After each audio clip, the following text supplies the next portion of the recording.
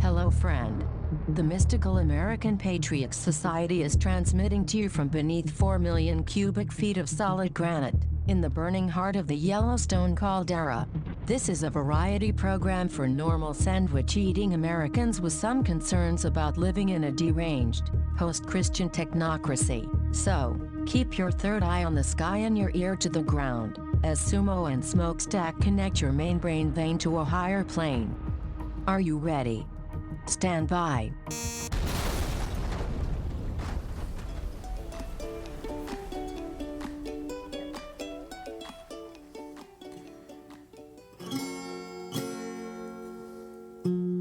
I'm just looking for that orca out there swimming in the sea.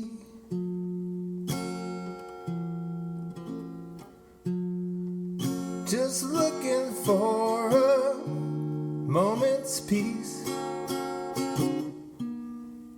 I can bring on home to me. Just a broken guy with a few screws loose, but I ain't so crazy I can't see how pretty those mountains are, and how time flies when you cross that line.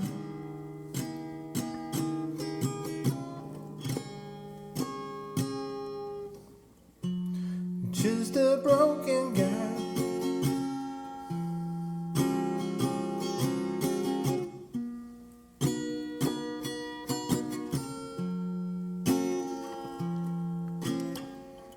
I think I'll roll this baby over, let them feelings roll over me. Then I'll go nose down and call it a night. Won't you tell them I'm sorry? Just a broken guy with a few screws loose, but ain't so crazy I can't see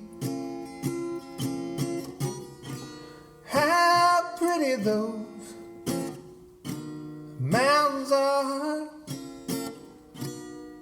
Still looking for serenity. That Bebo song, you know Bebo? No. Sky King was Bebo's nickname. Oh, Sky King. Yeah. I'm not sure if I'm playing it right. I never am sure. I just sort of ad-lib, like based on hearing it. Mm-hmm. And then I think that's the correct thing. And then maybe that. I think it's pretty close. Pretty close. Yeah, I think I'll roll this baby over and call it, and let the feeling rolls over me. Then I'll go nose down and call it a night.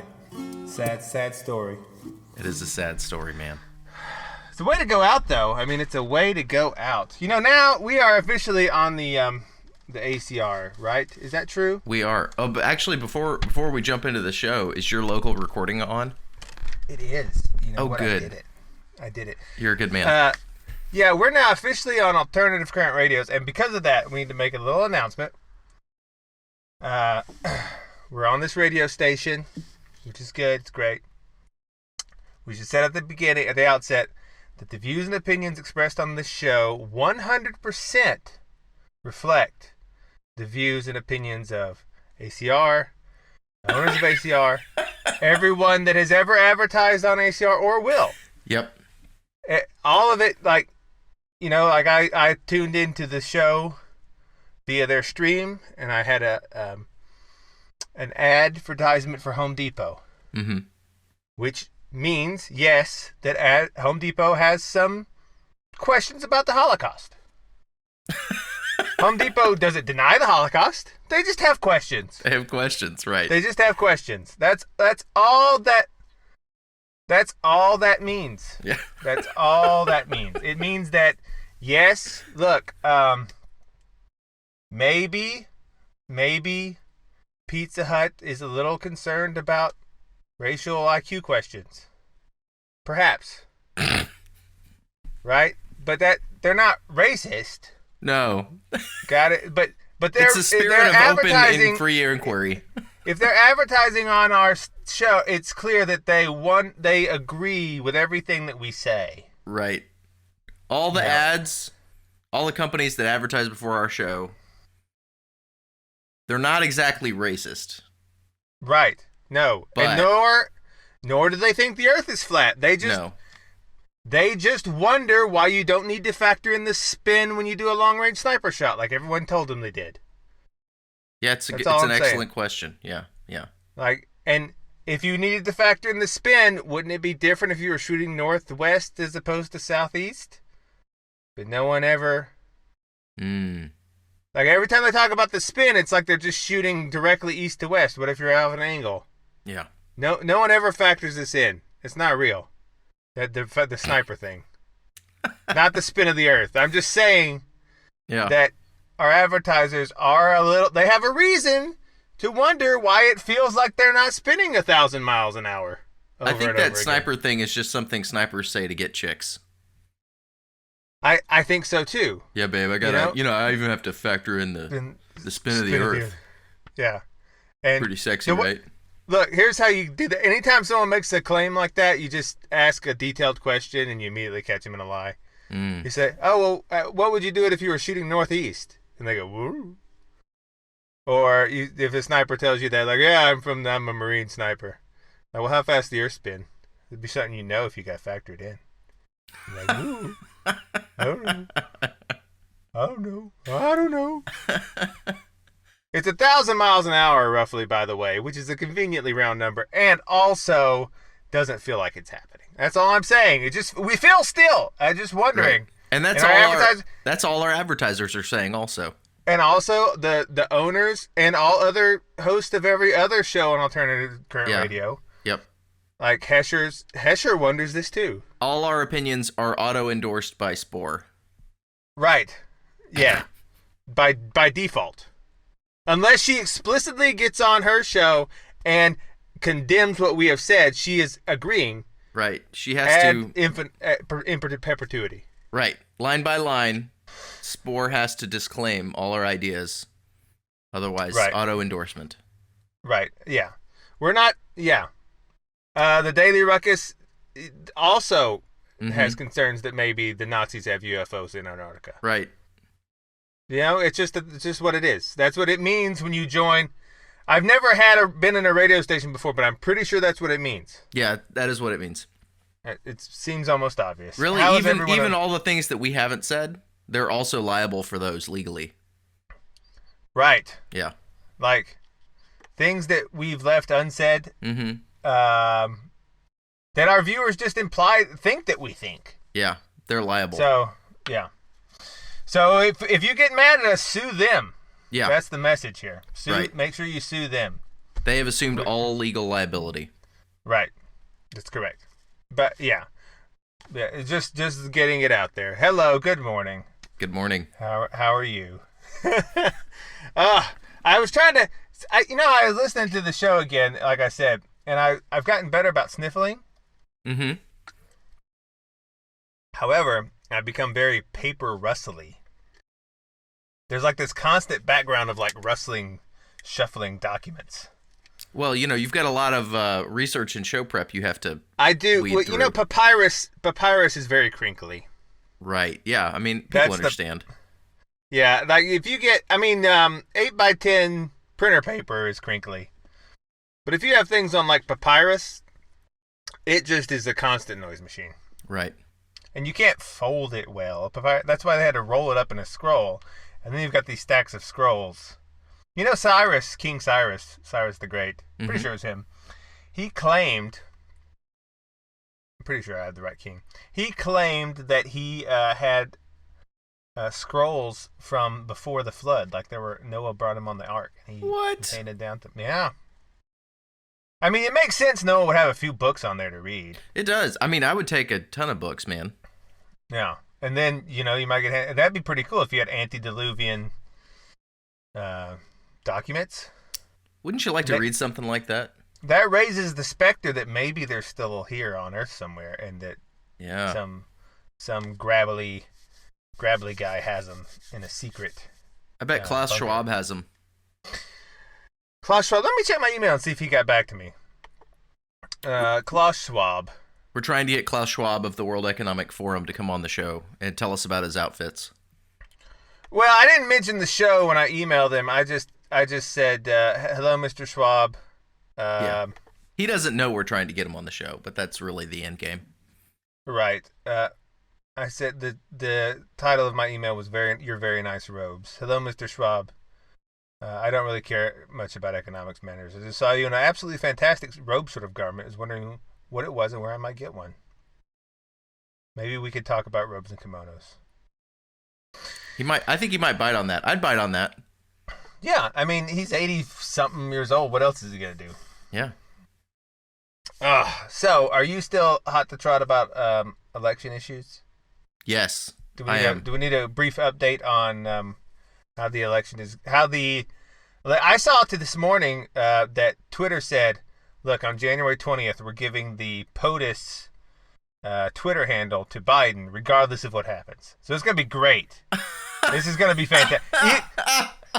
Because now I'm sort of just rooting for Trump to win for maximum chaos purposes. Oh, we are going to get maximum chaos. That's because Trump's going to be like, no, I'm not. Like, what if he's just there? What if he just Trump uses his own Twitter? He doesn't use the White House Twitter. That's true. What if he just barricades himself inside the White House office? That would be fantastic. And then or what? But here's a thought: why can't we have two POTUSes? The Roman Empire, as it was declining, split it up into two emperors, then East and the West. Why can't Joe Biden be the POTUS of the East and West Coast, and Trump can be the POTUS of the central flyover states? There, nice solution. Maybe, You're welcome. You're welcome, I'd sign America. up for that. I just solved your problems. Why just, instead of fighting over the election, just have more than one president? The process of sorting the population might get a little messy, but after that, it's all done. Well, they had that issue in the Roman Empire, too. There were people that lived in the border of the East and West, and they were like, who do we listen to? Right, yeah. And there was never really a clear answer. But they just got along to get along. I mean, they just got to do what they got to do. So, I think California is going to flip red, and then the cycle will be complete. Right. No, I can give a little bit of a election update from the mini show. I hope you all enjoyed the new occasional midweek format. Oh yeah, I like the mini. He surprised me. He was like, "Hey, listen, I'm coming out with another show." And I was like, "Ooh, yeah." Show. The idea struck me in the dead of night for mini current events updates that don't quite get adequately addressed in time on a show that we record early in the morning on the weekends.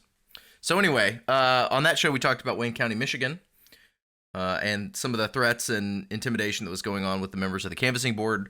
Well, after that show was recorded, I think the next day, the canvassing board filed some lawsuits against the people that were threatening him and rescinded their certification of Wayne County. So to my knowledge, Wayne County is uncertified or something.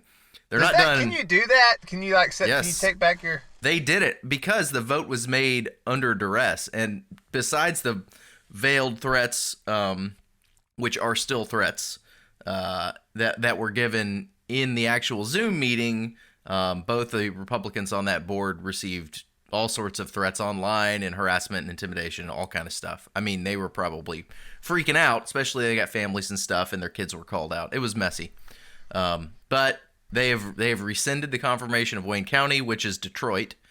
So that's going to be interesting to see, because now that's going to give Rudy time to make his case for what happened in Detroit with all the crazy stuff happening late at night with vans and ballots coming in and all that stuff. Now, here's the thing about Rudy. Why? Yeah. can he not afford hair dye that's more than $10? Or why didn't he wash it out before the... Now, here's what kills me. See, I almost wonder if it's intentional. This is where I begin to think like, maybe this is maybe because that seems like, look, if you're on camera, he's got camera people. Uh-huh. He has to have camera people. Yeah. And camera people would, like, if I were to go on a TV show, if I were to go on local news, which I wouldn't because they'd be like, how do you feel about the new sidewalk? I'd say, well, they thought Hitler was going to put in a sidewalk, but really it was just a gilded path to the ovens, wasn't it? And then so that would happen. But if I was, they would powder my face, and they would check my hair, and they would make me all spiffy for TV, right? Right. And I can't imagine that his expert TV people didn't prepare him properly for TV. This is why I get like. Is it on purpose to make, like Owen was talking about this, to make the truth come out of a ridiculous face so that you have reason to deny the truth? I think maybe that may be happening. I don't know. That's just my most conspiratorial angle. Is that in order to add to the chaos? Yeah, like maybe the powers that be, which is ultimately Satan. Well, that's how Jones works. Yeah. Somebody's feeding him information, but he's so ridiculous it can be ignored by the vast majority of the population. Well, you think about it like, okay, you take and again, this is something Owen talked about, which I felt was really good. Owen Benjamin, everybody. But, and he said, a lot of the things SJW screech about are valid. Like, my family and society pushed me into getting a college degree, which is worthless, and now I'm $300,000 in debt. They promised me I'd have a job. I don't. Now I work at Starbucks. The hormones in the food and all the weird processed food we have messed up my endocrine system, and now my hormones are all screwed, and I feel like the other gender and all this stuff, and my dad left, and I was raised on pornography. And all the stuff they're shrieking about in some way has validity to it, but it comes out of insane people. Yeah. And so then no one listens. And it's the same with Trump, really, because Trump can say true things like, hey, immigration drives down wages and stuff, but he's this clownish, bigger-than-life sort of buffoon character who paints his face orange. And then people are like, Mrah! And so it's really both, it's odd to the point of being like, it's either an intrinsic problem in humanity or someone is doing it, that all sides have a reason to deny the truth spoken by the other ones, because it always comes out of people that look crazy.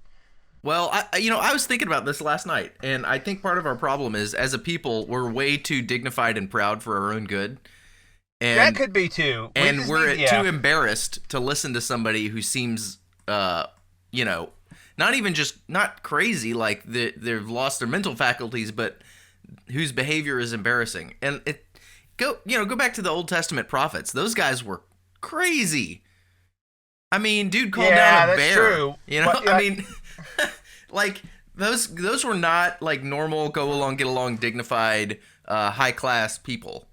Which one is it that he laid down on his side in front of the city gate for like a year? And then rolled over on the other side, and I don't remember which one, but one of the prophets, he laid down in front of the city gate on his side for like a year and didn't move, and he cooked his food over his own poop. Yeah.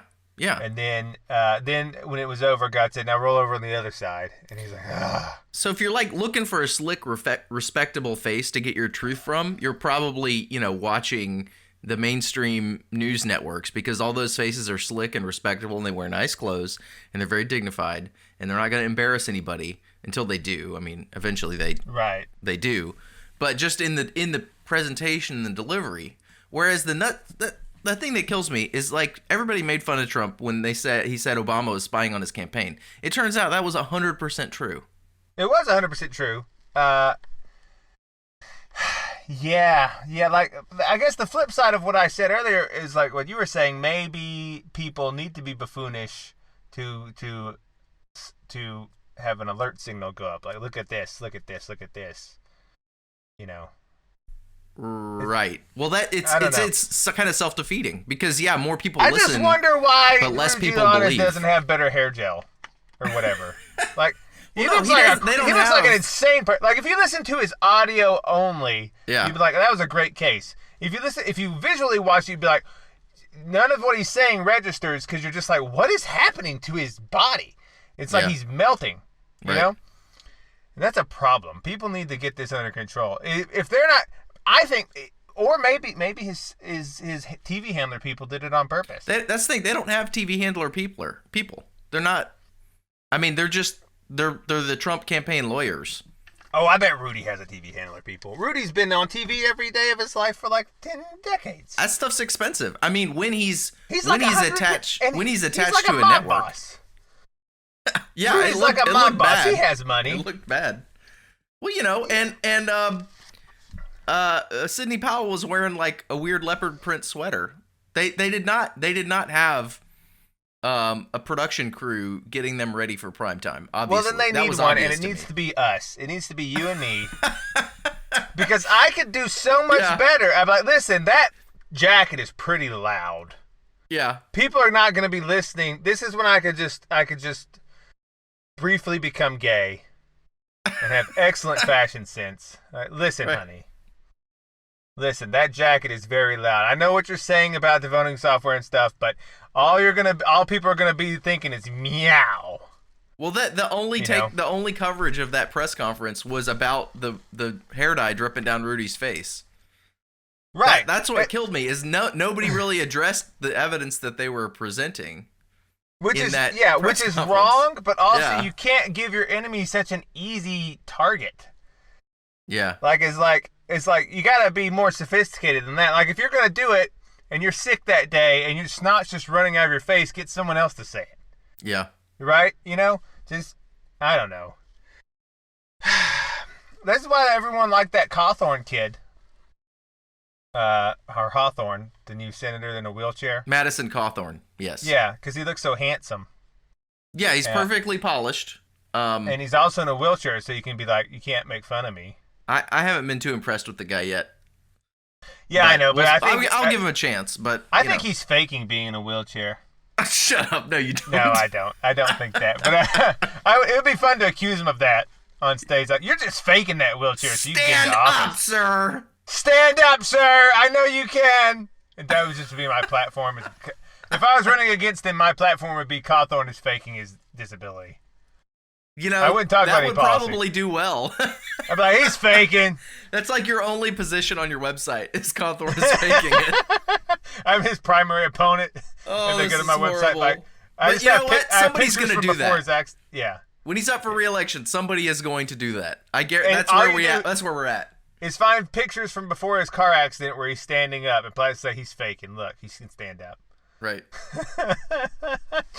Yeah, so you gotta, we need, Rudy needs to hire us or something. Somebody does to do his makeup. Yep. Or, because, like, I mean, I don't know. I've never used hair coloring. I don't know how it works. Maybe it runs that easily, but I've never seen that happen to anybody else. You have to let it. I bleached my beard when I was in high school. Did you have to let it? Well, see, but that's bleach, though. I think that works different. Never. Do you have to let hair dye sit for a minute before? Like, did he just put it in right before he went up there, or? And also, guys, why can't you just be a gray-headed man? You're like 70-something. Yeah, just go with it. It's dignified. It's more dignified than having dye run down your head. Or it is more dignified than just pretending that your hair is still black. Like you're 70. It's fine. You can have white hair at 70-something. Although I wonder if the expectations are different in New York and DC. You know. Yeah, all the meatballs in New York are like if you look like a human being, you're probably frowned upon. I tell you, Tony, his hair is white. He's not good at hitting anybody anymore. Right. Yeah. He can't lay out the plastic in the hotel room for the body. I guarantee you Rudy Giuliani has at one point laid down plastic in an anonymous hotel room, and some mob boss was like, just don't ask any questions. He was a federal prosecutor, though. He had the mob put in jail in New York. Well, right, but I mean, he did that in part by operating with one mob family over the others. Okay, I got you. Right? So he was, and then the one mob family's like, oh, well, now we got the police too. because we got old Rudy in there, buddy Rudy. You know, and then he's up there, and I guarantee you at some point, some guy told Rudy to go to a hotel room and go to number 423 and coat the entrance in plastic and tape it down. And then later, he didn't know why, and then later, some other people came in, and they got a guy a little drunk. And they walked into the hotel room, and they just put a bullet in his head with a silencer, and he fell on that plastic, and they wrapped him up, and they carried him out. Maybe we'll get that in his memoirs. Yeah, I would not be surprised if Rudy at some point, because he's from New York, and he's, Giuliani. Yeah. Giuliani is synonymous with kill you in the hotel, you know? I mean, if this podcast is racist against anyone, it's Italians. That's just true. I mean, just Italians. Yeah. They're a little bit violent, you know? They're violent in a way that's, like, scary. Mm-hmm. Like, street violence, you know how to avoid because you just don't go to the bad area part of town. And that solves 99% of it. But, like, Italian violence, you look crossways at their mother over some ratatouille, and then they pretend to be your friend for, like, 4 months, and then they kill you. You get the lead pipe. Yeah, like, hey, come over here. I saw you looking, you know. And they're all fat and greasy. That's not true. They're not all fat and greasy. All the carbohydrates. They just eat pasta. You're such a racist, Sumo. They just eat pasta, and they didn't even make pizza. They stole that. I'm going to stand the Italians here. I like them. They have a beautiful culture. Their food is delicious. Well, let's not get carried away. Oh, I hail from Florence ancestrally. You don't hail from Florence. I do. You don't look anything like a Florentine. Well, it's been watered down by, other things. Okay. I have some of the art. I have some of my ancestral art in my parents' house. I'm just saying, look, I went to Rome once upon a time. Mm-hmm. And do you know what I saw in Rome? Tourists. Well, yeah, but I saw the best homeless people ever. Like, they were people that were like medieval homeless. Sweet. Like there was one guy outside the walls of the Vatican with no hands, like they'd been chopped off. Mm-hmm. And I mean, like, in America you get a lot of homeless people, and you think, I still am charitable, and I give them money and stuff. But you think you could not be homeless if you really tried, right? But in Italy, the homeless people are like, whoo, you are really out of options. Like the guy without hands was next to a Hasidic Jew man who was collecting money in his hat, and then because his hat was off, you could see the top of his scalp, and there were just tumors and protrusions coming out of his hair everywhere. Oh man! And then there was a blind nun, and then there was okay. a guy... If she was really a nun, she wouldn't be begging on the street. She would be in the convent getting taken care of. I think she just had a nun outfit, which is, I don't know. She's blind. What do you want? Come on. And then there was a guy. Without a tongue. Ooh. Yeah. So that's mainly what I take about Italians is they're mob bosses, and they don't treat their poor very well. Mm. So that's take that, Italian. No, I'm just kidding. I think they have beautiful bone structure. I like the Italians, except I do think Rudy Giuliani is probably a mob boss. But anyway, they have great hair. What except were we for talking Rudy. about? I don't know. Oh yeah. We're talking about the election. I need Giuliani. I need to do his hair. Yeah. I need to do his hair, and you can have just like Trump. You don't need to have a tan at 74. You can not spray your face orange. It's fine. Yeah, let it go, you look dude. better. You look better without it. It looks weird for you to be an orange raccoon man. Well, he's trying to become an icon of himself, which all the great emperors did. Mm-hmm.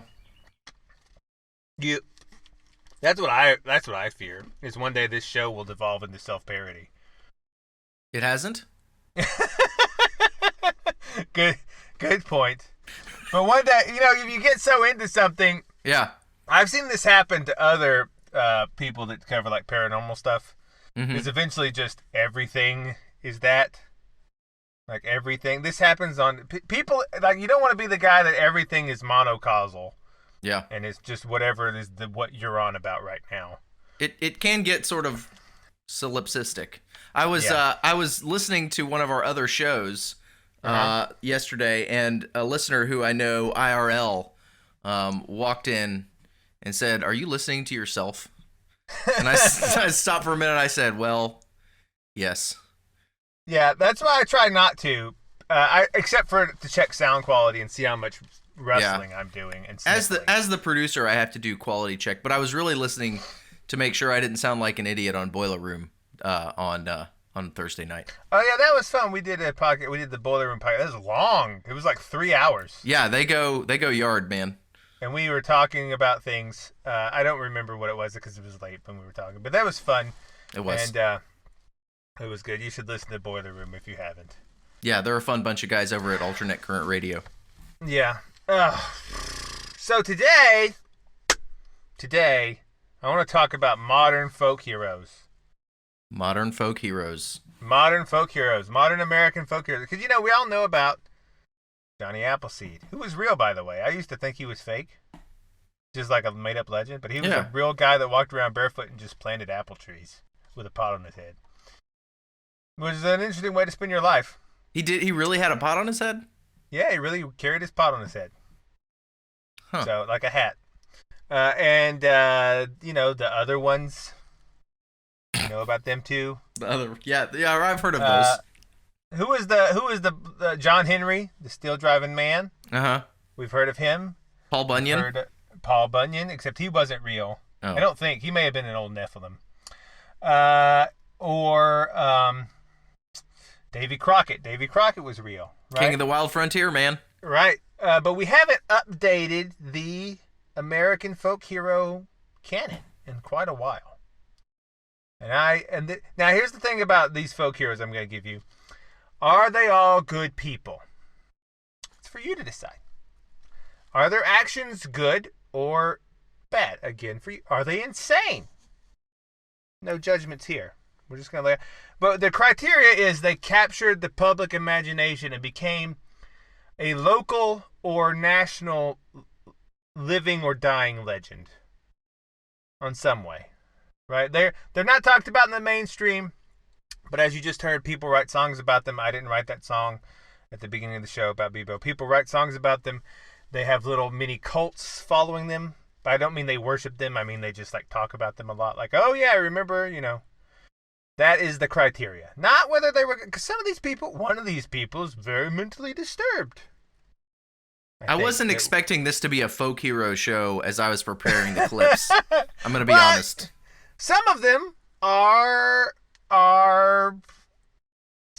one of them could claim the title hero in a way, in the traditional term hero.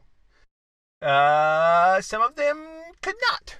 One of them is just a little disturbed. Another one of them is a loose collection of people that could maybe claim the term hero. Nonetheless, for lack of better thing to call them, these are Americans still carrying the torch of being bigger than life. Right. That's the idea here. Being bigger than life. All right. So the first one is Sky King. He's number one, Sky King.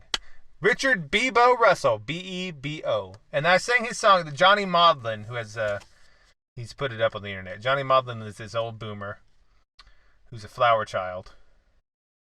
And he that's his one song that's gotten a lot of traction. He writes good songs, but it was just, he chronicled Bebo's story. And Bebo was this guy. I'll tell you a little bit about the story if you don't know about Bebo, Sky King, as he's come to be known, before we play a little clip that has his actual recordings.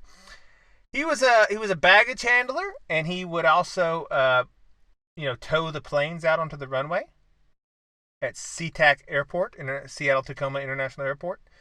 And he had some issues. And on August 10th, 2018, a Horizon Air Bombardier Dash 8Q400 model airplane started to taxi out into the runway when it wasn't cleared to. And then it started to take off into the air. And then it flew around for a long time with military jets chasing it. And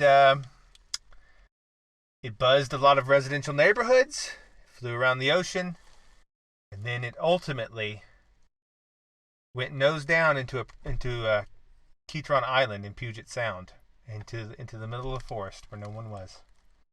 So, and the man that took that plane was a young man. I think he was 27 at the time, named Richard Russell. And let's listen to his. People have audio his audio of his recording, because he was obviously talking with the tower the whole time, has been mixed into several different little emotional clips and whatever. But let's just listen and see. Here we go.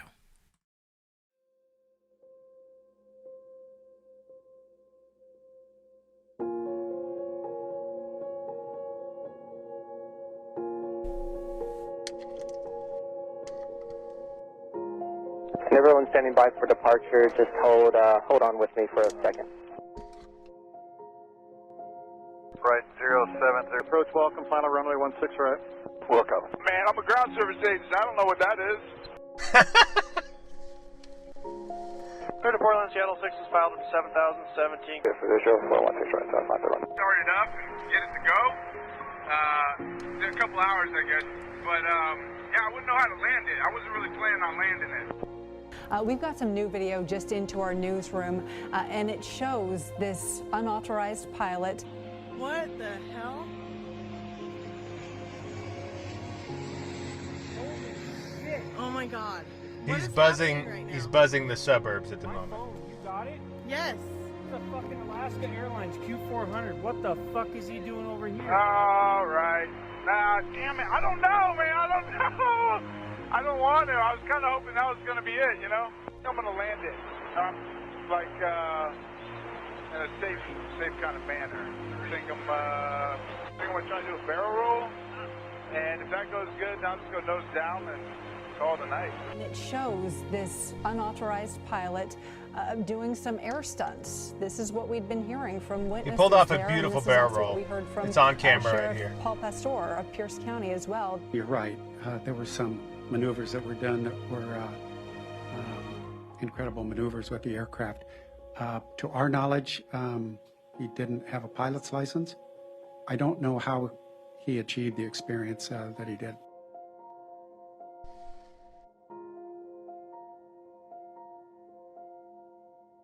I got a lot of people that care about me, and it's going to disappoint them to hear that I did this. I would like to apologize to each and every one of them. Just a broken guy, got a few screws loose, I guess. Never really knew it until now. This is probably like jail time for life, huh? I mean, I would hope it is for a guy like me. Well, Rich, we're not going to worry or think about that, but could you start a left-hand turn, please? And I think you might have some questions. Rich, I've got a pilot on with us, and he's going to try and help you out here a little bit, okay? And if you got any questions, you can ask him now. Hey, well, first off, you're a little breaking up a bit. Hey, you think if I land this successfully, Alaska will give me a job as a pilot? You know, I think they would give you a job of doing anything if you could pull this off. Yeah, right. Anna, a law enforcement source tells CNN that the 29-year-old Horizon Airline employee has been identified as Richard Russell. Hey, I want the coordinates of that orca with the, the mama orca with the baby. I want to go see that guy. All right. Nah, damn it. I don't know, man. I don't know. I don't want to. I was kind of hoping that was going to be it, you know? I'm going to land it. In a safe kind of manner. Before this crash landing, this pilot was trying to perform some tricks in the air. Yeah, in the transcriptions between him and the tower, Greg, what did he say? He mentioned something about wanting to do one more barrel roll, and if it went well, then he would put the plane down. The pilot, who really did come to know that he was going to die, did not harm anyone else. Now there's just a scene of a forest on fire, where he went nose down in his final moment. Ah, it's moving. That is so sad. it's moving and sad because you can hear him going through his mental, you know. You can hear him just working through his sort of depression as he's in the air. I'm just like, should I try to land it? I don't know. I wasn't really planning on landing it. If you can relate to what this man was saying, please talk to somebody about it. Yeah. But and he kept a sense of humor. You know, he was up there for like 2 hours, and so there's a lot of audio that didn't make it. One time they said, "Do you have any experience?" And he said, "Well, you know, I played Microsoft Flight Simulator, so I know what I'm doing a little bit." And he's driving around, and he did a brilliant. I think he did a barrel roll, and then he did a full somersault. Like he went upside down and flipped around, and they were brilliant maneuvers. Yeah, he actually really did fly with skill. Yeah, it was great. I mean, it was like, you know, never taken off before. So yeah, and I don't know why that captured so much attention on the world and in the internet. I guess maybe a lot of people feel like him, or they just felt like. No, that's exactly why. It's because there's a lot of really sad people on the internet that are alienated. I forget who said this, but they said that it was an author. And they said alienation will be the foundational theme of all modern literature. And it's absolutely true. And then the internet, I think, makes people feel even lonelier than they otherwise would, because you've got this torrent of interaction of a sort, but no real friendship. Yeah, no real connection. You just have, it's, you know. Yeah. It's like in Jonathan Colton's song Shop Vac, but we haven't got real friends, and even the fake ones have stopped calling. Yeah. There you go. Yeah, but I think a lot of people feel like they just like there's a lot of, well, I guess one of the fantasies of every blue collar minimum wage employee is to one day just wreak havoc.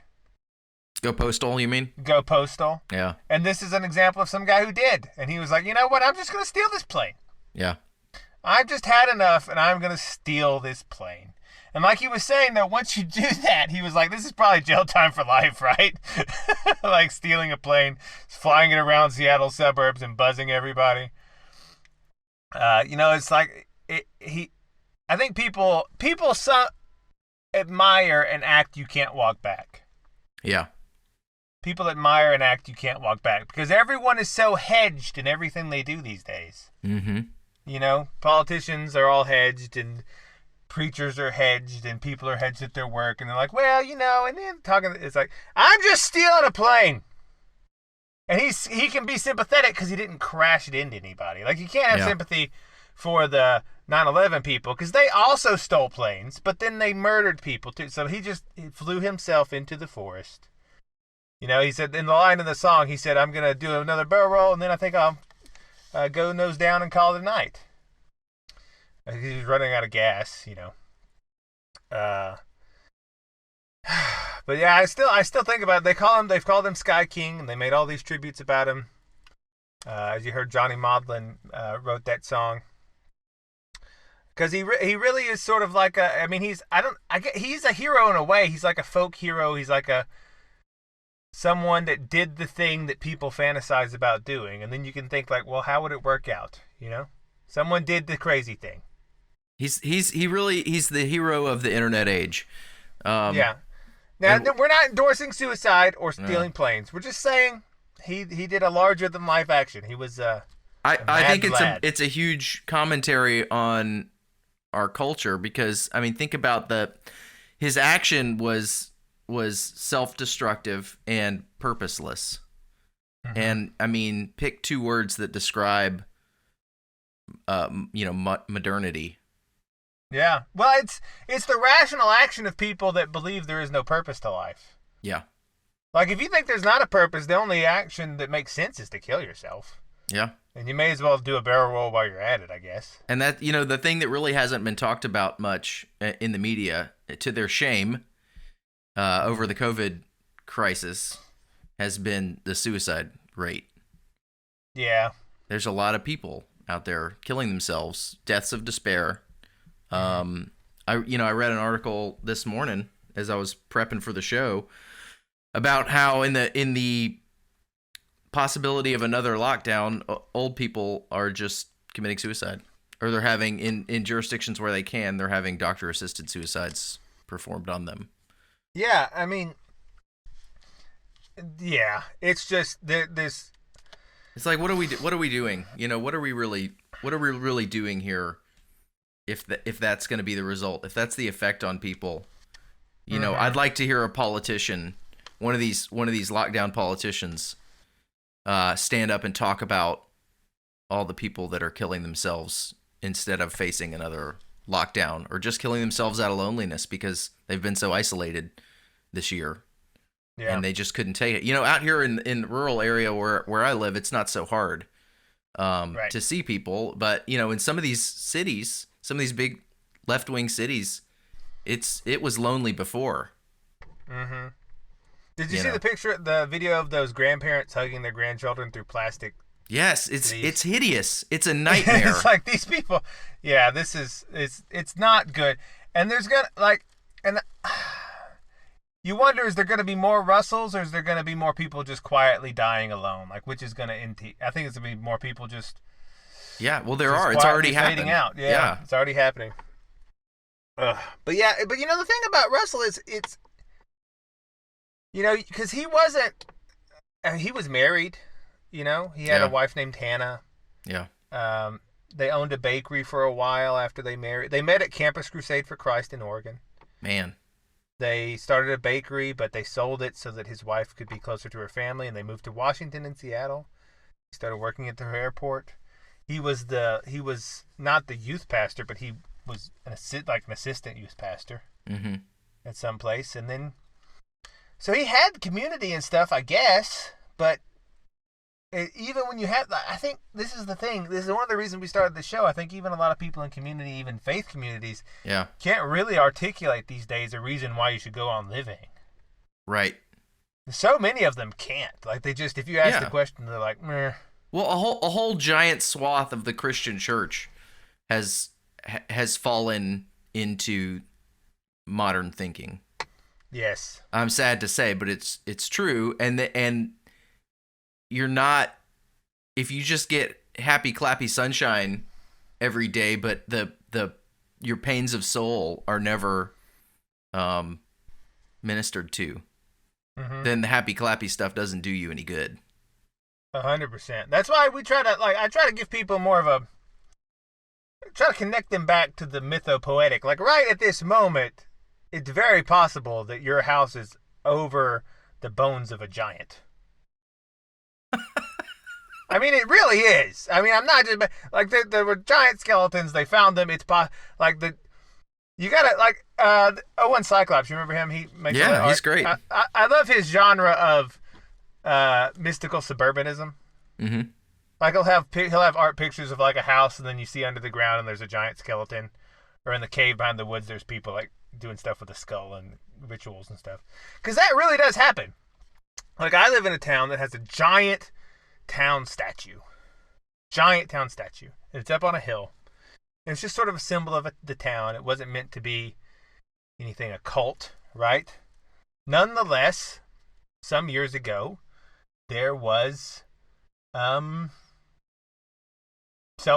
there was reason to think someone killed a homeless person in a ritual beneath this statue, like in a cave nearby. Yeah. Right? This sort of stuff, like, there's this dark forces in the background, and if you go looking for it, it will look back at you. So I'm not saying go look for it. You know, it's like John Keel used to say when he was doing his research into alien. He said, if those who look at the phenomena looks back at. Mm-hmm. So I'm not saying you necessarily should, but I'm just saying, if you scratch the surface of modern life, there's a lot of weirdness happening. Like, you don't have to go very far to, like, re-enter this realm of quasi-magical. And I think people need that. People, because, like, if you take all of the people, they have such a surface view that all the supernatural is drained away, and then it's like, well, I'll just steal a plane and drive it into the ground. Well, the worldview that is capable of hiding you from the weirdness of reality is also capable of hiding you to some degree from God. You know, not getting into the idea of salvation being the sovereign act of God, but when you strip reality down, your worldview down to this safe little materialistic perspective, I think it's to hide from things that are scary to you, whether it be God or some other stuff. People only don't see the supernatural because they're under so many supernatural spells. That's really true. Like these spells, it's wizard spells, and we on this show are wizard slayers. We are breaking the spells. Is that what we're doing? We're wizard slayers. That's right. We understand what they're doing. Right. We're like Wesley Snipes. Remember how he was a day walker because he was half vampire. Right. Yeah. That's like we're day walkers. We understand what they're doing, and we used it for good. There you go. Right. All right, number 2, folk hero. Now, this one could qualify as a hero in the traditional sense, depending on who you ask, depending on what side you're on. Have you ever heard of a little fella named Kevin Dawes? No. A lot of people haven't. I did a lot of my research, almost all of it actually, on this was from a video by the YouTuber Atrocity Guide, which is a great channel. Recommend you go at it. But so I'm just giving him credit here, or her credit. I think it's actually a woman. Kevin Dawes, Atrocity Guide rather is the channel. Go check it out. Kevin Dawes. Now, okay, Smokestack, you've taught yourself things before, yes? Yeah. You're something of an autodidact, would you say? To a degree. Okay. Have you ever used the internet to facilitate your learning? Like, I don't know if perhaps gardening or metallurgy or herbalism, something like that? All of the above. Okay. And how far, realistically, do you think you could push that? Like, what are the limits to the extent one could teach oneself things via, say, YouTube videos or Vimeo or online instructions? Oh, I think very far. You think very far? Yes. I think so, too. Could one perhaps learn to be a combat soldier? Yes. Trained in modern insurgency warfare? Yeah, absolutely. with no military combat or law enforcement experience whatsoever. Yeah. Could you maybe learn to perform surgery again with no formal medical experience at all? I mean, I've already done that. Okay, good. Could you perhaps maybe learn to make a hypnotic mind ray off a satellite? Yes.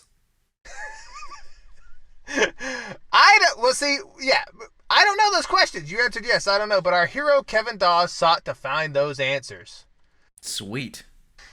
So Kevin joined a little website called Something Awful on September 15, 2003. Have you heard of Something Awful? I have, yeah. It was a big forum back in the day. It's still operational. It's just like a message board, image board forum where people would post awful things. Like, not necessarily. It was just a place where you could joke and talk back and forth. And, like, if you wanted to post a video of a cartel chainsawing off the head of a tourist, you could. But it wasn't required. You know, it wasn't, but it was just like, this is a place where things can be posted. Anything that's legal, like post it, like, you know, 4chan has this also to some degree, though they don't post as many people being beheaded as they used to. So Kevin joined in 2003, normal young man, but around 2010, his career as a schizo folk legend really started to take shape. So his username was Caro, C-A-R-O, and he started to get he was getting a little famous around the website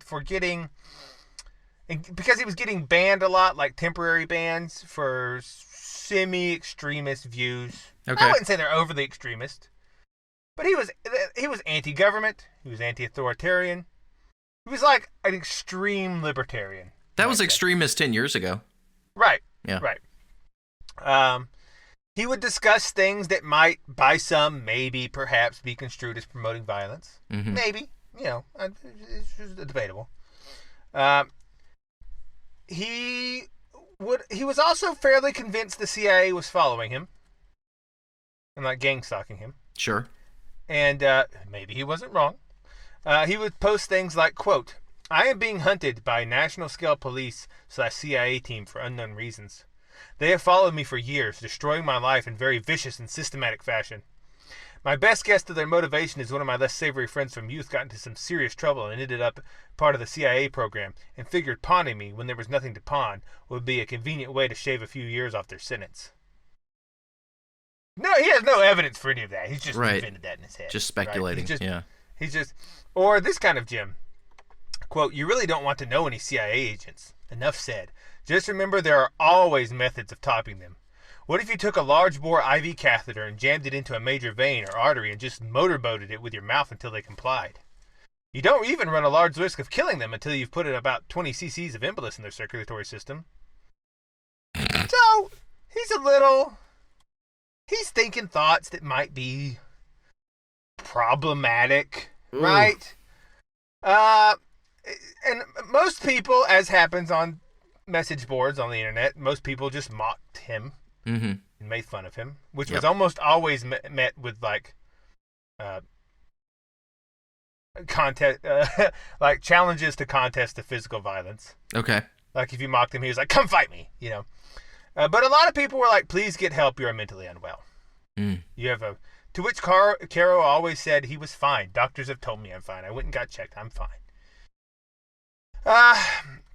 Along the way, he also laid out plans for a full-scale Iron Man suit made from forklift parts and a crazy person machine that he would attach to a rifle scope using a camera that would, in some undefined fashion, like feed an image of their own eyes back to them in a loop or something, so they were always looking at themselves. I'm not really sure. It wasn't intelligible, but he assured us it would make people insane. It would break anyone trying to follow him and take him down like the CIA, and somehow it was attached to a satellite. I don't know. Sweet. It sounded like a great invention if it worked. And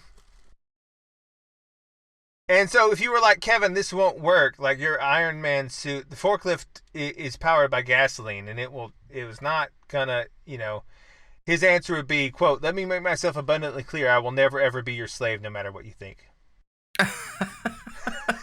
I like his spirit. Yeah, he's like this was just to a challenge of his design. Right. Like, this won't work. I will never be. Or someone else was like, Kevin, that's not how hypnosis works. Your hypnosis machine is not gonna. Monsters like you were supposed to be burned in atomic fire in 45. So he's maybe a guy that's a little hard to reason with, right? Yeah. Maybe. But he was really, really confident in himself. Like, he could do all that. He could make his forklift Iron Man suit. He could make the hypnosis machine. He knew how to take down the CIA. So he gets permabanned for a while, and then he comes back under another username, and he's like, it's me, again. And the title of this post he makes in 2011 was, quote, Libya. Say it with me, people. Pulitzer Prize. So, Libya, Pulitzer Prize? Well, that was the war that Gaddafi was going down in 2011. Yeah.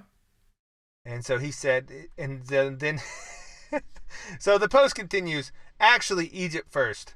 I have to arrange passage into the port of Misrata after arriving.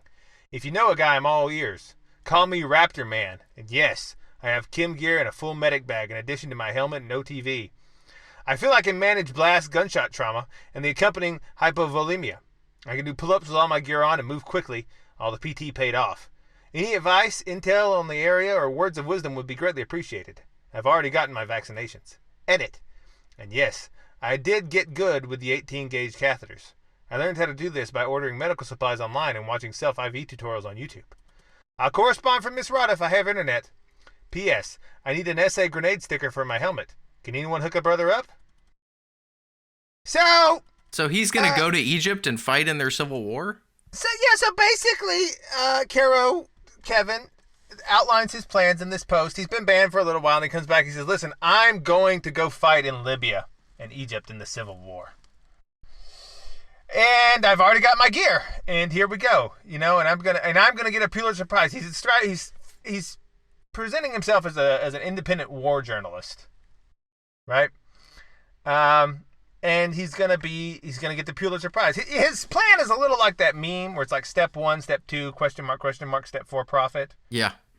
It's like step 1, teach myself field surgery and photography on YouTube. Step 2, go to the Libyan Civil War.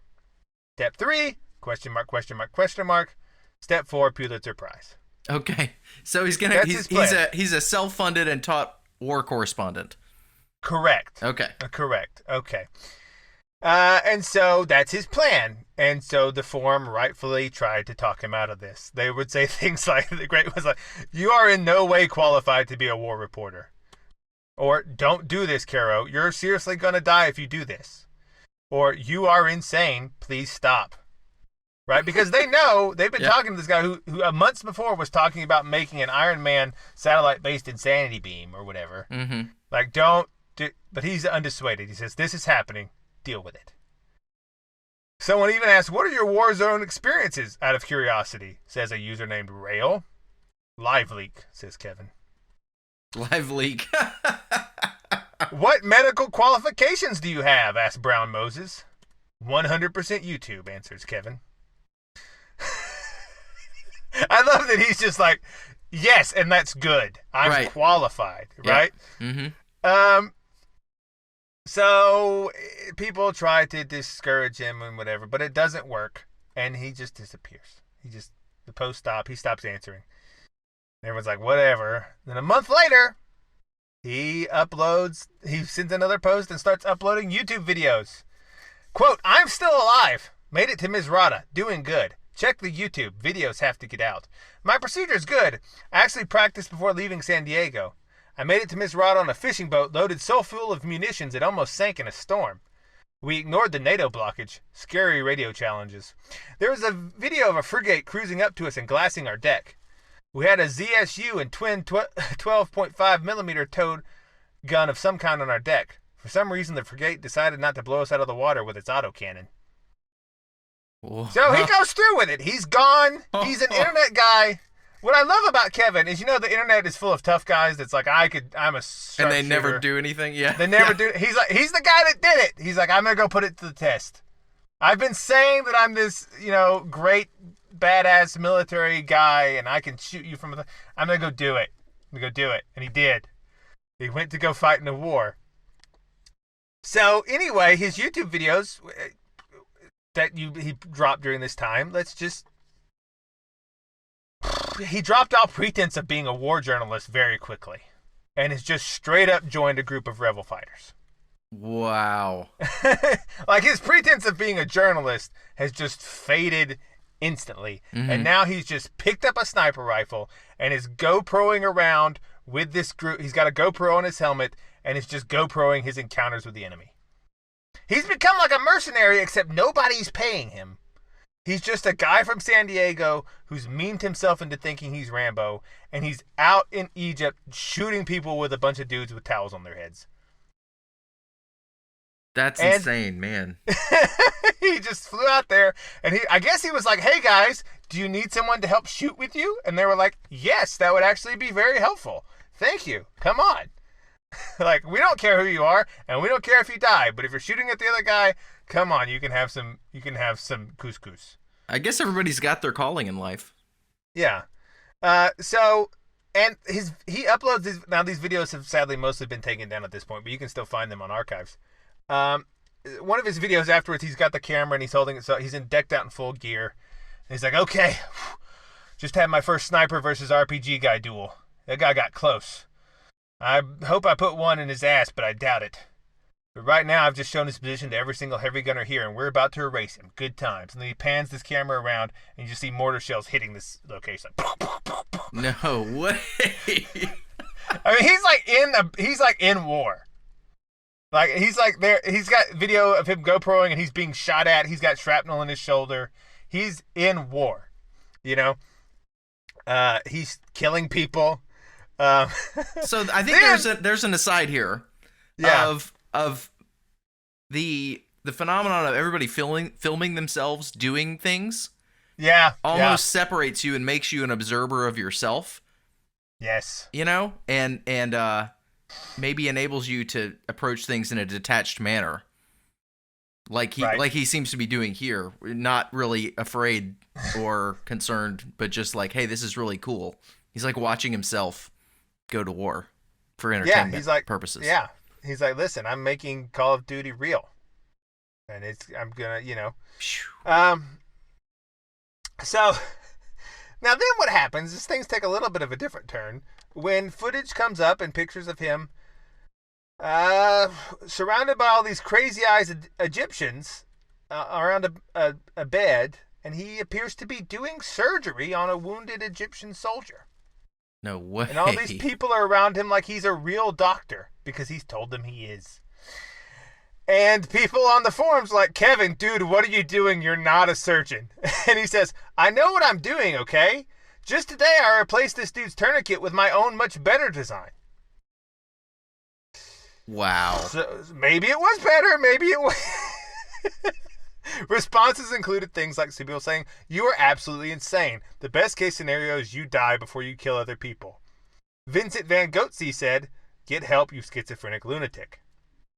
So Kevin ignored all this advice, accusing these people of being CIA. And he continued to fight and be a field medic and surgeon for the wounded, and apparently was helping. They kept using him. Yeah. Like the guys weren't. So maybe he did teach himself field surgery off YouTube. I don't know. So he fought for several months. And then at some point he was even interviewed by NPR, where he discusses being a counter sniper. Wow. And in NPR, all the pretense of doing war journalism, again, is completely gone. Right. Or even having a reason to side with the rebels. He just says, when they asked why I do it, he said, quote, I just wanted to see the world have some different experiences. Yeah, right. Well, he succeeded. And this is all totally legal, by the way. In American law, it's 100% legal for you to do what's called war tourism.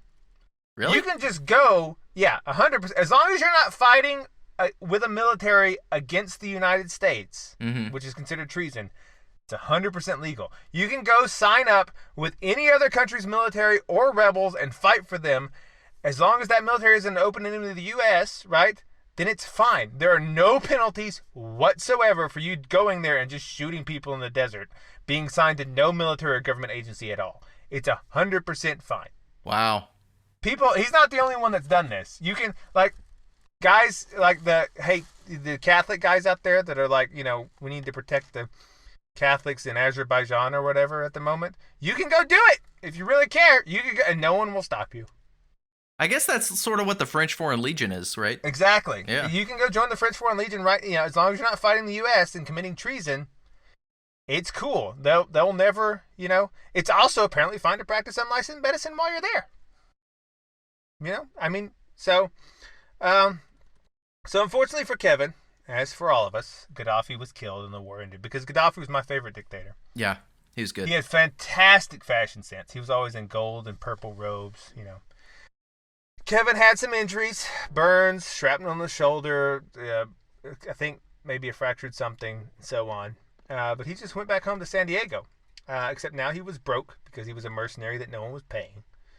He'd spent all his money going to Libya, and he'd racked up $40,000 in credit card debt while he was there. Woo! Because again, being a war tourist that is even on national public radio is so incredibly legal, you suffer no economic sanctions whatsoever. Wow. Like saying an 8-year-old shouldn't transition might get Bank of America to drop you, but going to fight for a foreign country's civil war to topple a democratically elected leader is fine. No problem. It's fine. In fact, so anyway, he's there, but normal life just isn't doing it for him. He's Kevin. He's Caro. He needs more. Mm-hmm. So 2012 rolls around, and he decides he gets back on the forums, and he says, guys, I think I'm going to go to the Syrian civil war. I'm like, whatever, man. You go for it. I think you're pushing your luck. You're pretty lucky to get through one. So in 2012, he went to Syria, and communications went dark. No more something awful posts. No more YouTube. No more tweets. Just radio silence. People were worried, and then in October 12, Kevin was officially registered as a missing person on the FBI's missing person list. And that was it. That was it, huh? There was no fanfare about him. There was no eulogy. But wait, no, it wasn't. Oh. No, it wasn't. You had me going there. In April 2016, April 2016, Kevin was released from a prisoner of war camp by forces loyal to Assad. He was alive, and John Kerry personally negotiated his release because I remember posting that maybe BLM is problematic is iffy, but if you literally fight to the Middle East, John Kerry will personally fight to get you out. He will personally do that. John Kerry. Oh, yeah. Okay. He was the liaison. Like, you got to let Caro go. Caro's a hero. And so now, Kevin spent basically 4 years. He spent like 6 months fighting in Libya. Mm-hmm. He spent a brief amount of time fighting in Syria before being captured, and 4 years in a war camp, and now he's back, and he has a private Twitter account you can message him on, and he wrote about his experiences on Steemit. You can go read, called Glass House, A True Story of the Arab Spring, and he's there. So Kevin, the true mad lad, he did what all the people on the internet say they're going to do. They were like, I'm a military, he's a tough guy, and he was like, well, I am too, and I'm going to go prove it. I mean, I do have to hand it to him. You got to give it to him for that. Yeah. I mean, so I don't know. I mean, he's the closest to like traditional hero that we have here, on this list. So I sort of like it. You still talk to him? He's good. He's. I mean, I haven't reached out to him. Maybe he should come on the show. That'd be a cool interview. Yeah. Like, what were you thinking? Why were you doing this? Holocaust jokes aren't offensive, and frankly, I don't want anyone to indulge in them. Wait, and what? Frankly, and frankly. Our next one. This is a distributed hero. Ooh. A little somebody known as a hacker known as 4chan. It's 4chan, if you don't know, and you must, is a message board, and it's very like Something Awful, but it's been in the news lately. They do a lot of the meme wars. It's an awful place, but it's also a great place. It's a terrible place, but it's a good place, much like the real world. There's been a lot of stuff that happened on 4chan. That's true, yeah. Like, not long ago, there was a bunch of people in the Journal of Science and the Journal of Nature had to figure out how to cite 4chan posts because an anonymous message board poster, proved a long, troublesome mathematical theorem that people had trouble proving. And he just wrote out the answer, and no one never claimed it. He just like, oh yeah, this is the answer, and then people were like, oh well, there's the answer, and they were trying to cite it, and like, how do you cite 4chan?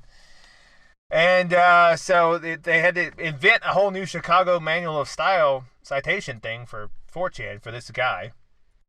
A lot of stuff has happened on 4chan. It's been a major subplot of the wider culture. And some people are confused to what it is, and the news has referred to it more than once as like a single person, like a hacker known as 4chan, when it's really a bunch of different people. They're all operating anonymously. Right. But do you remember a little thing called Chaz? Oh, yes. Capitol Hill Thomas Zone? Yeah. Well, 4chan played an unsung role. We are the bards here singing the songs of the heroes. Literally, we sing their songs.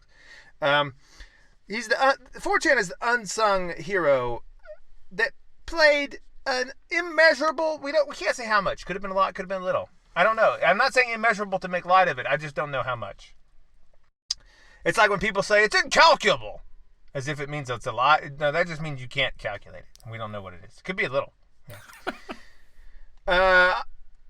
They were an unsung force in the demise of Chaz. Oh, they took it down. Awesome.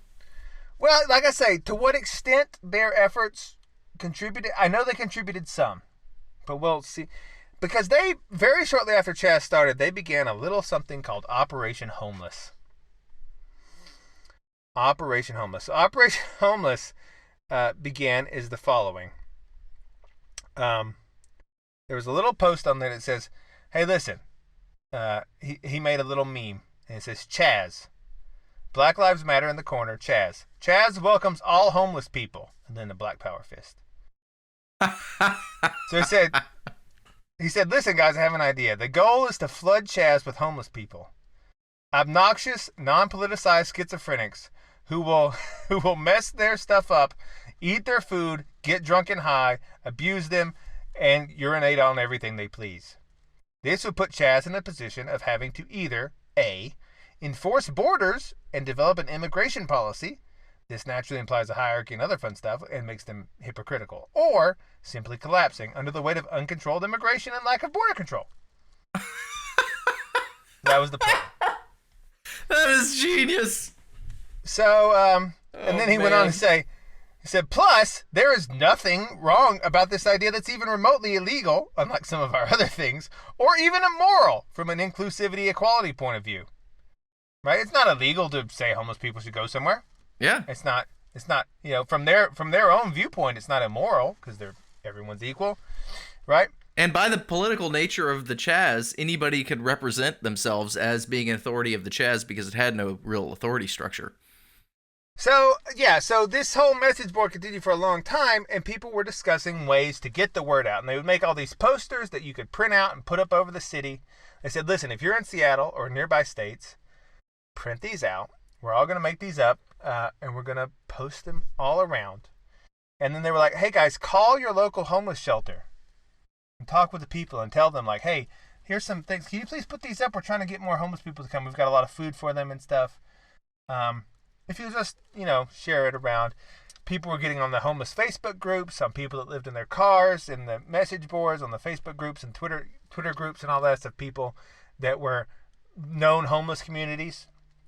I said, listen, Chaz has free food. We're making it free love. There's also free sex there and alcohol, and it's great. And you can do all the drugs and there's no police.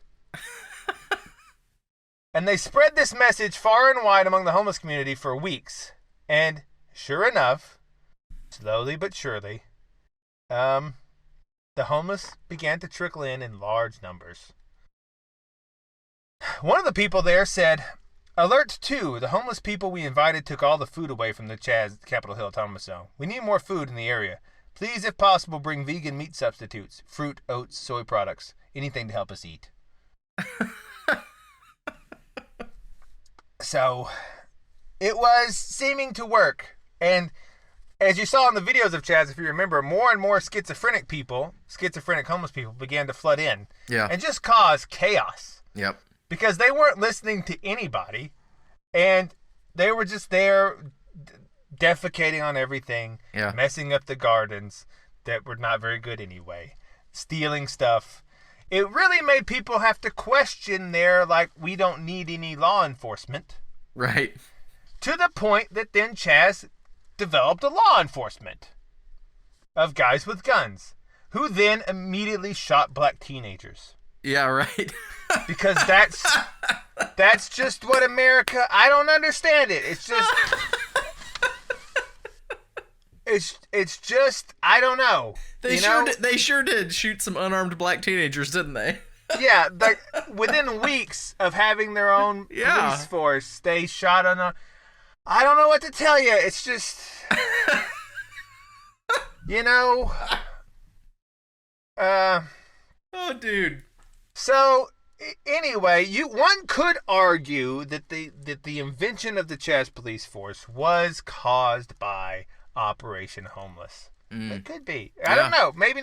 Who knows how much influence 4chan was having and how much was just homeless people seeing it on the news and being like, hey, we'll go check it out. There's no police there and I got nothing else to do. Let's go check it out. Yeah. Who knows? But definitely there was a major push for several weeks of 4chan performing Operation Homeless. And during this time, a lot of homeless people came. So that's a good way. The 4chan often offers you a lens where you can affect the system. You can do your own counterintelligence ops. You can just, make your own CIA ops. You really Make can. your own PSYOPs. You really can. Yeah. If you just have a bit of creativity, and it's not even that hard. No, it's not. Really, you just mess with people.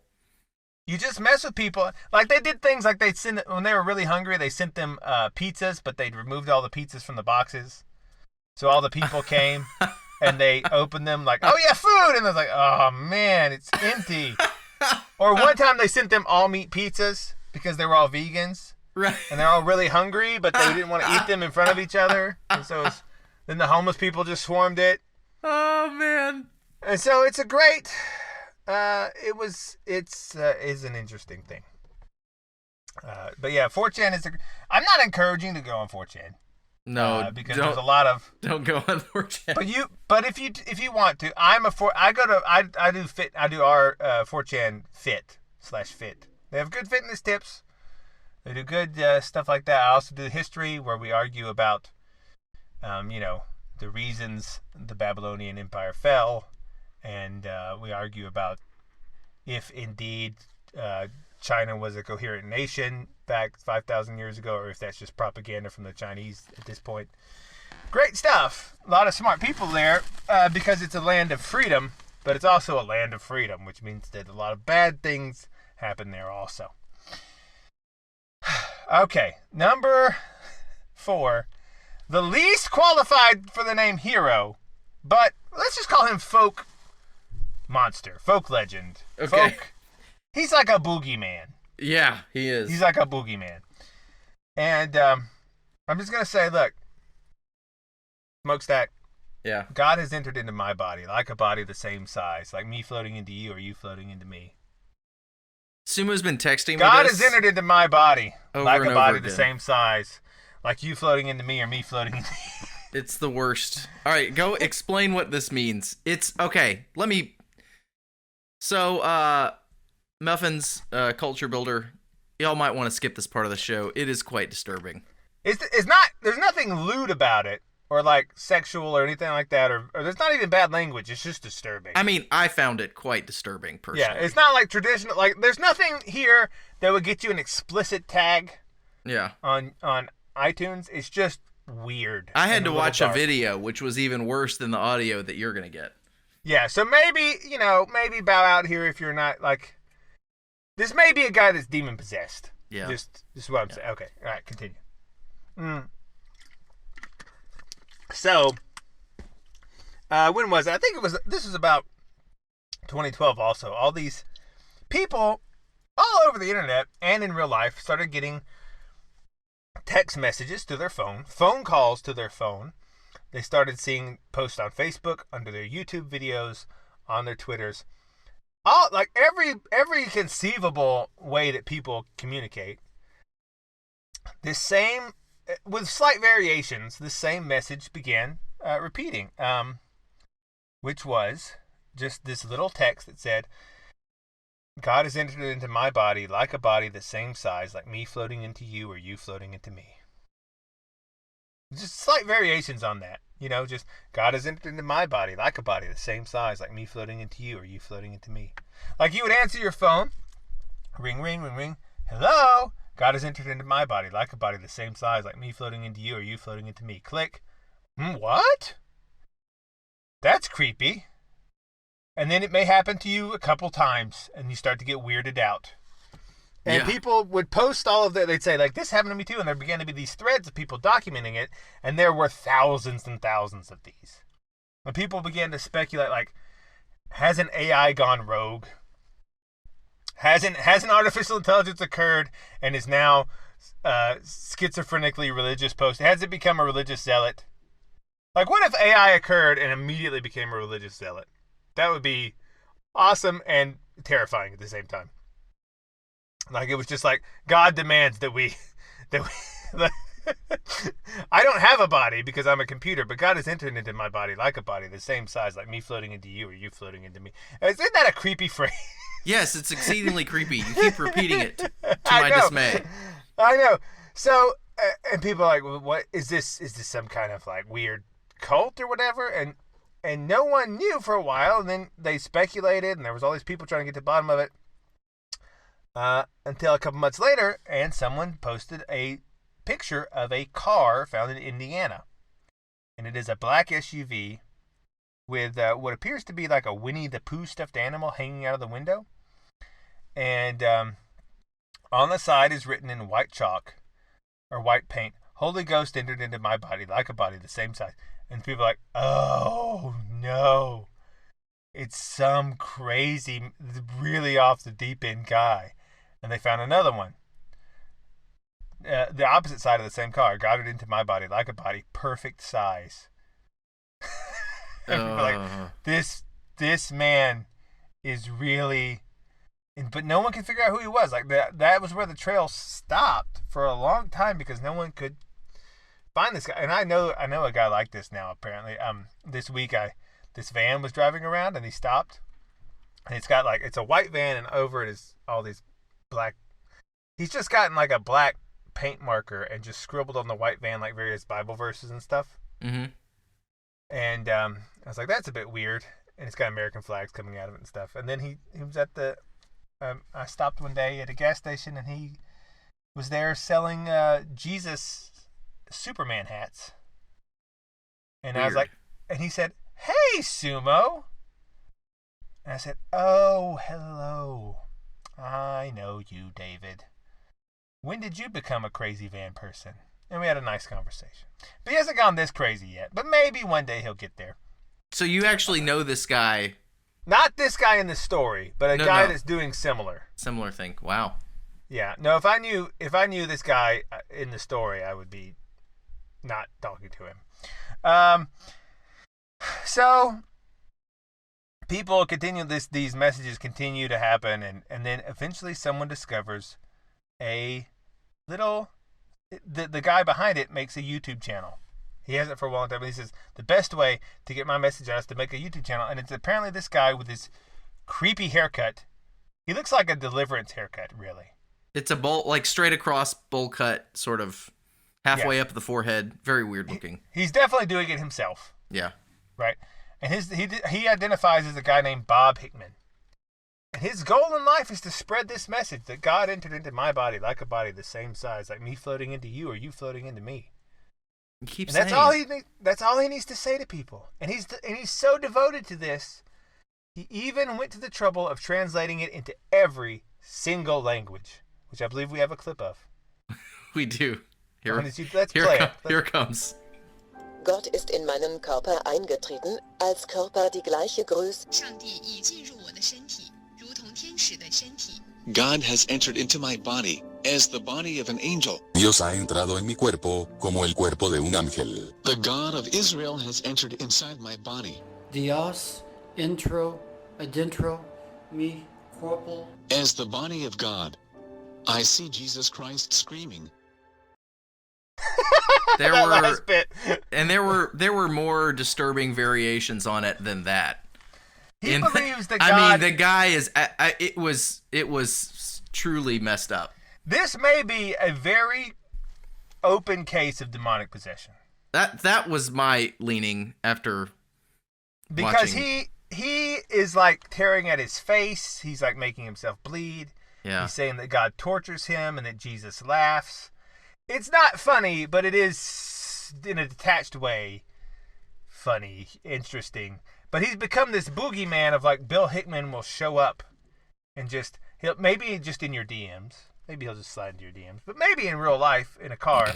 And he pulls up beside you and just goes, God entered into my body like a body the same size, like me floating into you or you floating into me. Vroom, and then he drives away. And you're like, what's his end game here? What does he want to happen? I don't know. Is he still out there doing this?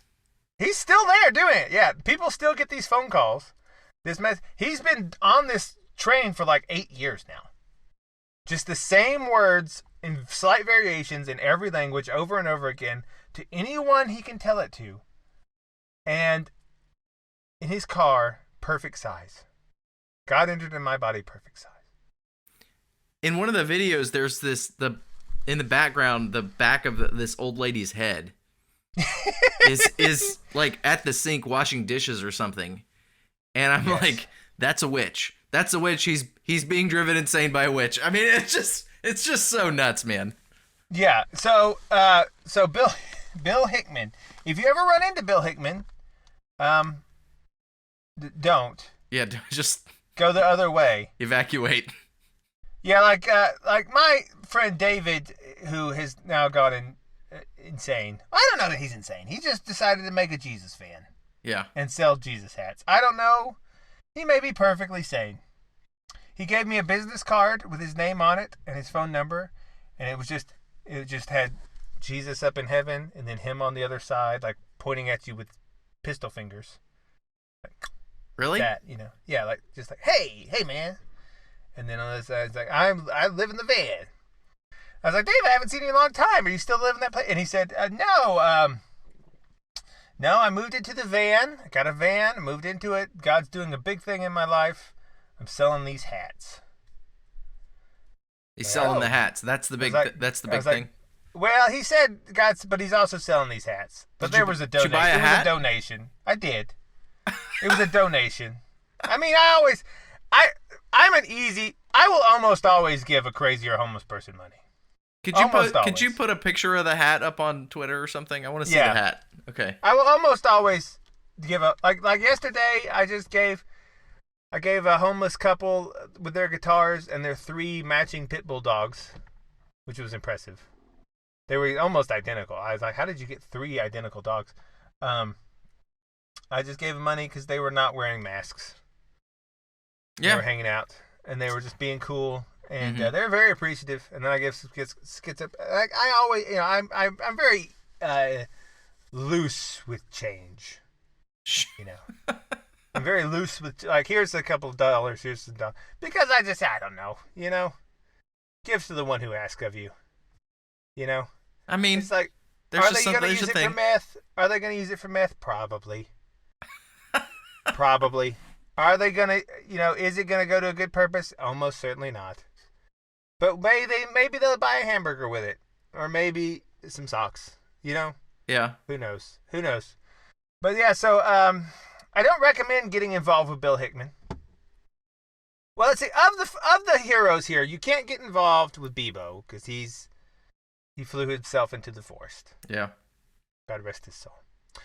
You can get involved with Kevin if you want, and he can probably teach you surgery. I mean, he has more experience than a lot of. I mean, at this point, Kevin has more military combat experience than almost everyone in the military, except the special forces people. Yeah, I mean, really, he does. I'm gonna look this guy up. Very few people in the military, A, ever see combat, and B, if they do, it's not for months and months at a time, living in the, like, camping, like just sleeping under a rock, and then, like, they don't do that very much these days. Right. Only the special forces. So really, he has a lot more experience, and he probably has more experience as an ER physician than most people. Like treating bullet wounds. Like, I wouldn't mind him, he's probably better at treating bullet injuries than your local ER doc. Mm-hmm. So that's good. So maybe you could hang out with Kevin. And he's still the most reachable. He has, you can find him on social media, Kevin Dawes. 4chan isn't really a person, but you can definitely, they're more reachable than Kevin because you just log on and do it.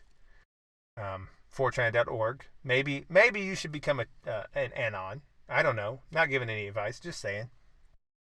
Join us on the board Fit, and we'll talk about every weird new fad diet and why they don't work, and why the people that follow them are twinks and and have AIDS,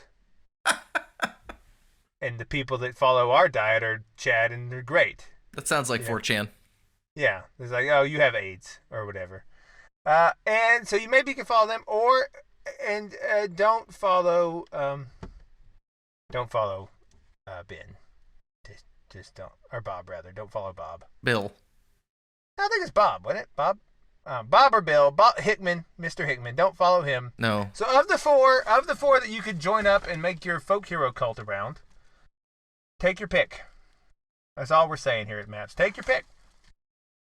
There's no shortage. There's no shortage of material out there. No, and there's a lot of people out there that could have been on this list that I didn't do because we don't have time. Phoenix Jones, Phoenix Jones? No, we could do we could do an episode like this probably every other month if we wanted to. And we maybe should. Phoenix Jones, just real quickly, he's a black guy in Seattle. Again, in Seattle. Seattle produces a lot of these for some reason. Oh yeah. A lot of Chaz, Bebo, Phoenix. Yeah. Seattle's just a lot of crazy happening. He was a guy who he got his car broken into or something and something stolen. And what do most people do when that happens? File a police report, yeah. Right, and then that's the end of it. What did Phoenix Jones do? He paid $10,000 to have a knife and bulletproof super suit made, and he walked around the streets of Seattle for 6 years trying to find criminals and beat them up. And he formed a super gang. And he trained MMA, and he had like mace, And he had and he called himself Phoenix, and he had a full-on super suit, like covered face, latex spandex. After somebody broke into his car? Yeah, and then he would go around, and people liked him because he was semi-successful. Like, he stopped a carjacking. I think one time he stopped a mugging. He said, at one point, most of the time it was embarrassing because, as it turns out, finding crime is very difficult just walking around on foot. Yeah. He said, most nights I was just walking around. And I had to do it for several years to ever walk around in the worst parts of town for years to ever be there at the same time a crime was happening. Right? So for years he was just walking around the hood dressed like Batman. Yeah, and walking around the city, dressed like Phoenix Jones. And okay. I mean, he got stabbed several times. He got hit with pipes. But he stuck with it.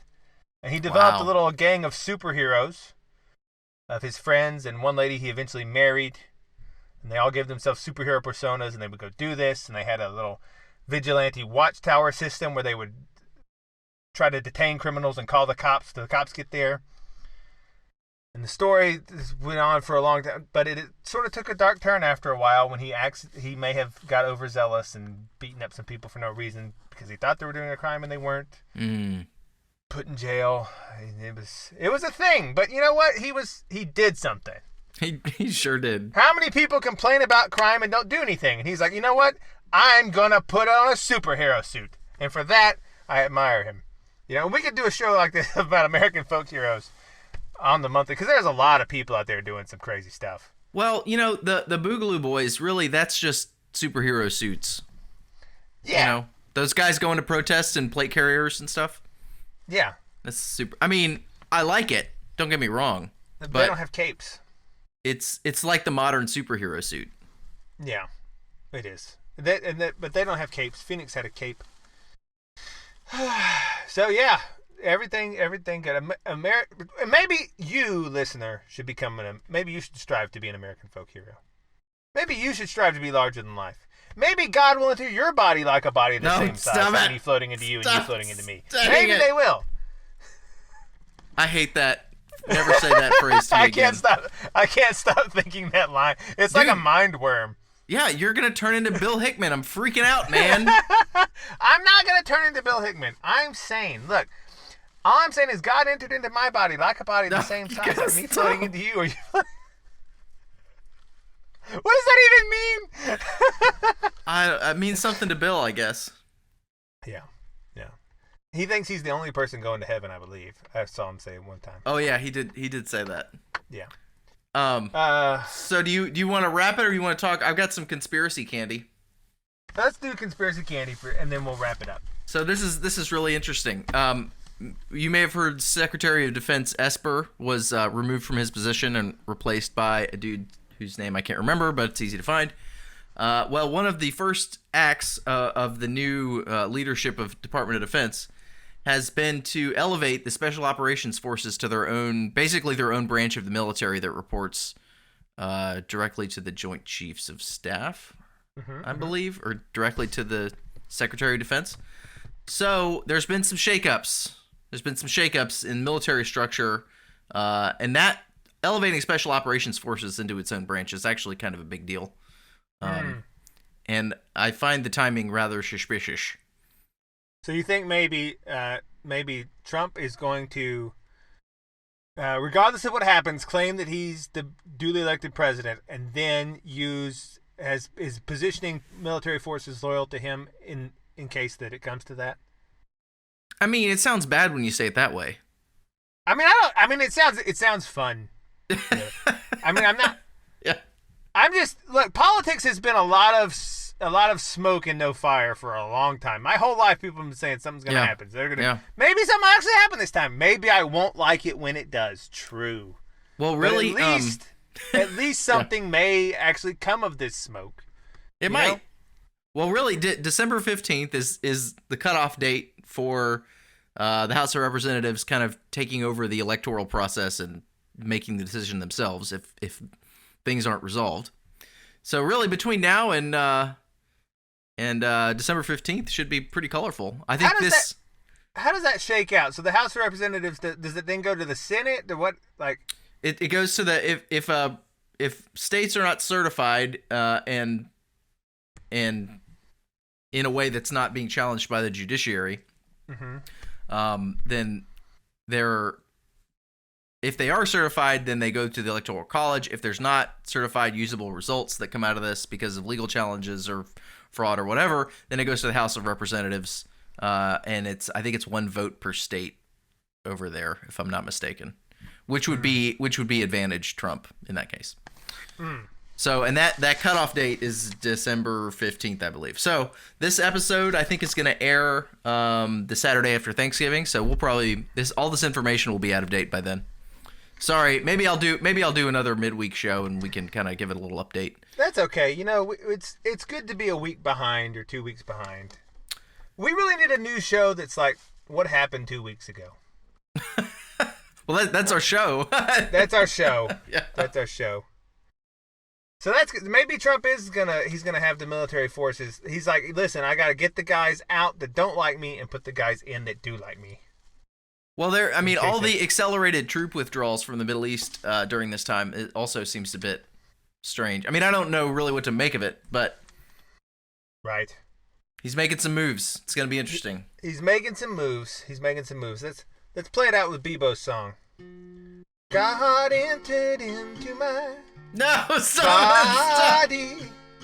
I'm gonna fight you. Like a body the same size. I'm fighting you with William Shatner. Like me floating into you.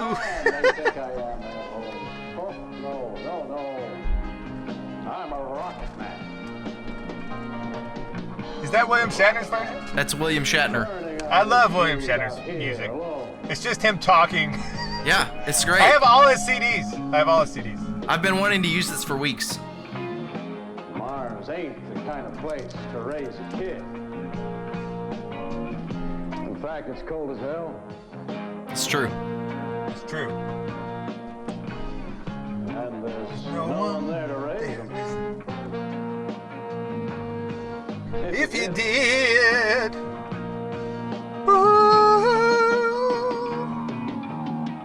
Rocket Man. Science. I don't understand. It's just a job. 5 days a week.